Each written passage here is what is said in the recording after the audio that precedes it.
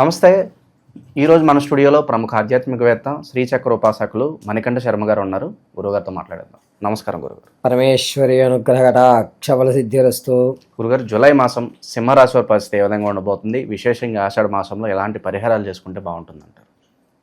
మఖా నక్షత్ర 4 పాదాల వారు, పుబ్బా నక్షత్ర 4 పాదాల వారు, అదేవిధంగా ఉత్తర 1వ పాదం వారు సింహరాశిలో విచ్చేస్తారు. సింహరాశి వారి యొక్క లక్షణం ఏమిటంటే, ఎదుటివాడు తప్పు చేసిన తన విషయంలో దానికి ప్రతిఫలం చూపించేస్తాడు, కానీ తను చూపించాడు అనే విషయం దెబ్బతిన్న వాడికి తప్ప ఇంకొకరు తెలియదు. అంటే మాటు వేసి దెబ్బతీసేటువంటి అవకాశం ఈ సింహరాశి వారి యొక్క లక్షణాలు కనబడతాయి. పైకి చెప్పేది వేరు, చేసేది వేరు. చేసేవన్నీ చెప్పరు, చెప్పేది ఏది కూడా వీళ్ళు చేయరు. వీళ్ళ దగ్గర ఉన్న ఇంకో లక్షణం ఏంటంటే, తన అనుకున్నటువంటి అతనికి ఆనందంలో ఇతను దూరంగా ఉంటాడు, బాధలో ఇతనే ముందుంటాడు. ఈ లక్షణం సింహరాశి వారికి కనబడుతుంది. ఇంకొకటి ఏంటంటే, తిన ఏ విషయాన్నైనా గోప్యంగా ఉంచుకొని పని పూర్తయిన తర్వాత అది ఎవరికైతే ఫలితం ఉందో అతనికి మాత్రమే, అది నేనే చేశాను, ఏం కాదులే అనేటువంటి ఒక నమ్మక భరోసాని ఏర్పాటు చేస్తుంటారు సింహరాశి వారు. ఇంకొకటి ఏమిటంటే, వీరిని ఎవరైతే బాగా నమ్ముతారో వాడి కోసం ఎంతవరకన్నా, ఏ పని వరకన్నా సరే వెళ్తూ వారి యొక్క సమస్యను పరిష్కరించడానికి ఇతనే ముందుండి ఆ సమస్యలు దారులు అనేటువంటి మొత్తం ఇతనే ఎతికి పెడతాడు అవతల వ్యక్తికి నమ్మితే. అటువంటి నమ్మకం సంపాదించుకోగలగడం సింహరాశి వారిని మన పక్కన పెట్టుకోవడం అనేటువంటిది మనకు ఉపయోగం. అతను మన కోసం ఎంతవరకైనా చేస్తూ ఉంటాడు. ఇది లక్షణం. ఇక ఈ నెలలోకి వచ్చేసరికి మిశ్రమైన ఫలితాలు లభిస్తూ ఉంటాయి. అంటే ఆరోగ్యానికి ఎక్కువ ఇబ్బందులు కలిగే అవకాశం నడుస్తుంది.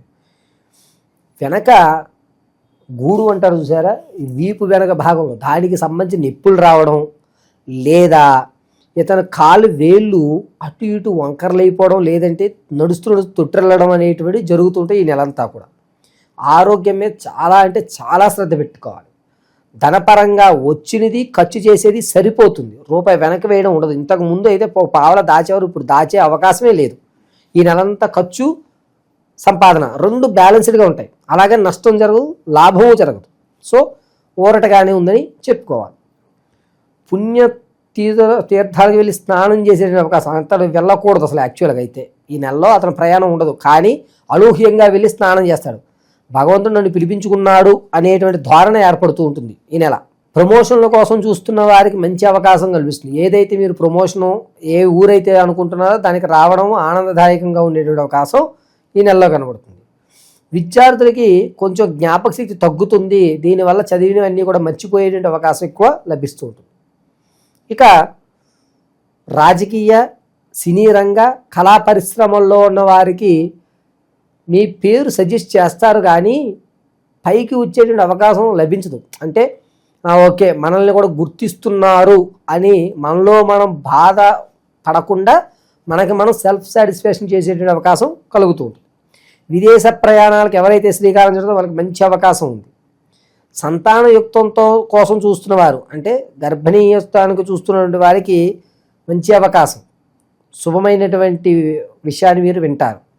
ఎవరైతే ప్రసవానికి ఉన్నారో వారికి పుత్ర సంతానం కలిగేటువంటి అధికారం ఎక్కువగా కనబడుతూ ఉంటుంది. వివాహం యుక్తం కోసం చూస్తున్న వారికి అంతగా లాభించదు. వివాహం కోసం ఆలోచించకండి ఈ నెల. వచ్చే నెల నుంచి ప్రయాణానికి శ్రీకారం చుట్టుకోండి. ఈ నెల కావాలంటే మనవాడే జాతకాలు చూసుకోవడం, అక్కడ వరకు చేసుకోవడం తప్ప ఖచ్చితంగా ఈ పెళ్ళి మనం చేసేసుకుందాం అనే నిర్ణయం మాత్రం తీసుకోవద్దు. చూసుకోండి అంతవరకే, శ్రీకారం వరకు. ఇక ధనపరంగా కానీ ఆర్థికంగా కానీ ఆకస్మికంగా వచ్చేటువంటి అవకాశాలు లభించినా ఖర్చు పెట్టేటువంటి వ్యవస్థ ఉంటుంది, కాబట్టి కొంచెం తెలివితో వ్యవహరిస్తే దాన్ని మనం నిలబెట్టుకుంటాం. అంటే తాతగారు ఆస్తి వస్తుందండి, ఇంకొక ఆయన దానికి 2 రూపాయలు ఇస్తే నాకు అమ్మేవయ్యా అంటాడు. అమ్ముతారా లేదా అనేది మీ జ్ఞానం మీద ఆధారపడదు. ఎందుకు అంటే దాని విలువ చాలా ఎక్కువ. మిమ్మల్ని ప్రలోభ పెట్టేటువంటి వాళ్ళు ఉంటారు, కాబట్టి మీ వ్యక్తిగతానికి అది వదిలేస్తున్నా. జాతక పరంగా అయితే లభిస్తుంది ఖచ్చితంగా. మీరు ఆకస్మికమైన ధనం తినేటువంటి అధికారం ఉంది, కానీ నిలబెట్టుకోవడం లేదు అనేది మీ చేతుల్లో ఉంటుంది. ఇక ఆరోగ్యం పరంగా చాలా జాగ్రత్తగా ఉండాలి, కాబట్టి నిత్యము కూడా మీరు నడిచేటప్పుడు, లేకపోతే ఏంటంటే ఏదన్నా బరువు పనులు చేసుకుంటున్నప్పుడు ఆ బరువు మీరు ఎత్తగలరా లేదా అనేటువంటి ఒక ఆలోచన కొద్దీ తీసుకోవడం మంచిది. లేకపోతే నరాలు కండరాలు పట్టేసేటువంటి అవకాశం కనబడుతూ ఉంటుంది. ఈ సింహరాశిలో ఉన్నటువంటి వారికి రియల్ ఎస్టేట్ కానీ, భూ సంబంధితం కానీ, లేకపోతే స్టాక్ మార్కెట్లో కానీ వ్యాపారం ప్రారంభం చేద్దాం అనుకున్న వారికి కానీ అంతగా లాభించదండి. వ్యాపారానికి ఎట్టి పరిస్థితుల్లోనూ ఈ నెల శ్రీకారం చుట్టకండి. దానికోసం గ్రౌండ్ వర్క్ చేసుకోండి. కావాలి గ్రౌండ్ వర్క్ చేసుకోండి, డబ్బులు మనం అడ్వాన్స్ ఇవ్వడం అనేటువంటి చెయ్యండి, కానీ ప్రారంభాలు మాత్రం చేయకండి. అంటే షట్టర్లు తీసేసుకోవడం, అగ్రిమెంట్ సేల్ రాసేసుకోవడం ఇటువంటి చేయకండి. ఎంత టైం తీసుకుంటే బాగుంటుంది అంటారు వీటికి? ఒక 40 రోజులు. అంటే మామూలుగా అడ్వాన్స్ కొట్టుకోండి, అగ్రిమెంట్ సేల్ రాయొద్దు. మనది అని అనిపించుకోండి తప్ప అగ్రిమెంట్ సేల్స్ రాసుకోకండి వ్యాపారంలో. వీళ్ళ వ్యాపారం దగ్గరికి వచ్చేసరికి ఏంటంటే ఎలక్ట్రికల్ కానీ, లేదా బొగ్గు సంబంధితం కానీ, లేదు అనుకుంటే కనుక ఈ తౌడు ఉలవలు ఇవి ఉంటాయి చూసారా, ఆర్గానిక్ అటువంటివి కానీ వీళ్ళకి బాగా పనిచేస్తుంది. నూనె, గానుగు నూనెలు కానీ, నువ్వుల నూనెలు వ్యాపారాలు కానీ వీళ్ళకి మంచి అవకాశం లభిస్తుంది. ఇక భార్యాభర్తల మధ్య గొడవలు జరుగుతూ ఉంటాయి చూసారు, అవి మాత్రం ఈ నెల కూడా అలాగే ఉంటాయి. దానికి అంత వ్యవస్థ ఏం కనబడదు. కోర్టు చుట్టూ తిరిగేటువంటి అవకాశం ఇంతకుముందు ఎలా తిరిగారో ఈ నెల కూడా అలా తిరగవలసిన అవకాశం, అది వాయిదా పడేటువంటిదే తప్ప నిలబడేటువంటి అవకాశం కనబడ్డం లేదు. ఇక విశేషంగా ఆషాఢ మాసంలో ఎలాంటి పరిహారాలు చేసుకుంటే బాగుంటుంది అంటారు వీళ్ళు? వీరు నిత్యము సూర్యారాధన చేయడమే మంచిది. ధనం వచ్చింది వెళ్ళిపోతుంది సరిపోతుంది కాబట్టి రూపాయి దాచుకోవాలంటే సూర్యారాధన గావించుకుని, వీలుంటే ప్రతి బుధవారము ఆదివారం ఈ 2 రోజులు పరవాన్నం నైవేద్యం ఉండి సూర్య భగవానుకి నైవేద్యం చూపించుకుని పరవాన్నాన్ని స్వీకరించడం.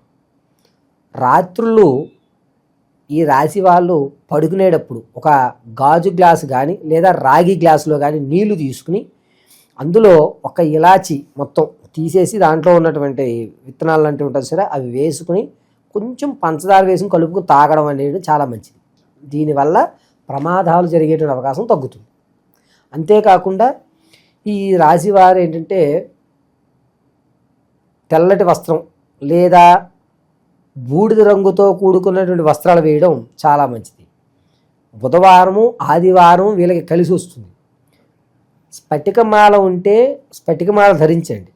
స్ఫటికమాల లేదు గురువుగారు మా దగ్గర అనుకున్న వాళ్ళు ఏం చేస్తారు అంటే, ఒక శంఖాలు ఉంటాయి కదా శివుడికి ఊదేటువంటి శంఖాలు, వాటి దగ్గర కాస్త పచ్చకర్పూరంతో హారతి ఇచ్చి గంధం బొట్టు కుంకుమ బొట్టు పెట్టి తెల్లటి అక్షతలు ఆ శంఖానం దగ్గర ఉంచి పచ్చకర్పూరంతో హారతి ఇచ్చి ఆ శంఖారాధన చేయడం అనేటువంటిది చాలా బాగా ఈ రాశి వారికి ఈ నెలలో పనిచేస్తుంది. దీనివల్ల వచ్చేటువంటి రోజుల్లో మీరు ఏదన్నా కార్యక్రమం శ్రీకారం అంటే ఏదన్నా పని చేయాలని శంఖారావు పూరించండి అంటారు సార్, దానికి ఉపయోగపడేటువంటి అవకాశం మీకు శ్రీకృష్ణుడు ఎల్లవేళలా ఉంటాడు శంఖారాధన చేయగలిగితే. సో ఓవరాల్గా ఈ రాశి వాళ్ళందరూ కూడా జూలై మాసం ఏ విధంగా ఉండబోతుందో చాలా బాగా వివరించారు. ధన్యవాదాలు గురుగారు. పరమేశ్వరి అనుగ్రహ సిద్ధిరస్తు.